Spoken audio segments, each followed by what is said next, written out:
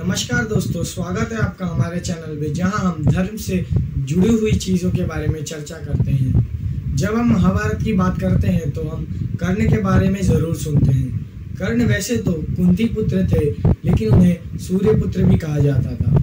कर्ण का पालन पोषण एक रथ चालक के घर में हुआ था। कर्ण को बचपन से ही धनुर्धर बनने का शौक था और कर्ण एक शूद्र पुत्र थे, इसीलिए उन्हें कोई भी शिक्षा नहीं देता था। इसीलिए वो एक दिन भगवान परशुराम के पास गए।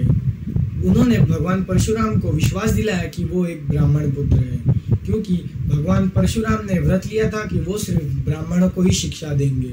जिसके बाद कर्ण को भगवान परशुराम शिक्षा देते हैं। ऐसे ही एक बात है, जब भगवान परशुराम कर्ण को शिक्षा देते हैं और उसके बाद विश्राम करने के लिए एक पेड़ के नीचे बैठते हैं और कर्ण के जंघा पर अपने सर को रखकर लेट जाते हैं और गहरी नींद में चले जाते हैं। कुछ देर बाद वहाँ एक कीड़ा आता है और कर्ण के पैर पर काट लेता है।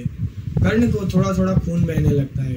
जिसके थोड़ी देर बाद जब परशुराम जी उठते हैं और देखते हैं कर्ण के पैरों से खून बह रहा है, तो वो देखकर आश्चर्यचकित हो जाते हैं और कर्ण को पूछते हैं, तुम ब्राह्मण तो नहीं हो सकते, क्योंकि एक ब्राह्मण इतना दर्द बर्दाश्त नहीं कर सकता, इसीलिए मुझे सत्य बताओ। जिसके बाद कर्ण कहते हैं, गुरुदेव, मैंने आपसे झूठ कहा कि मैं एक ब्राह्मण पुत्र हूँ, असल में मैं एक सूत पुत्र हूँ।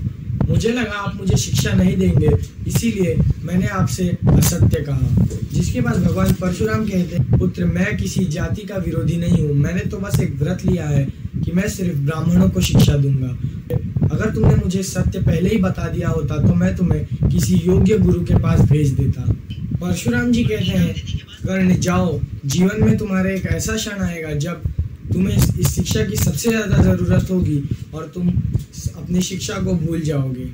जिसके बाद कर्ण भगवान परशुराम से माफ़ी मांगते हैं। बाकी ऐसे ही धर्म के रिलेटेड वीडियोस चाहिए तो चैनल को सब्सक्राइब करना।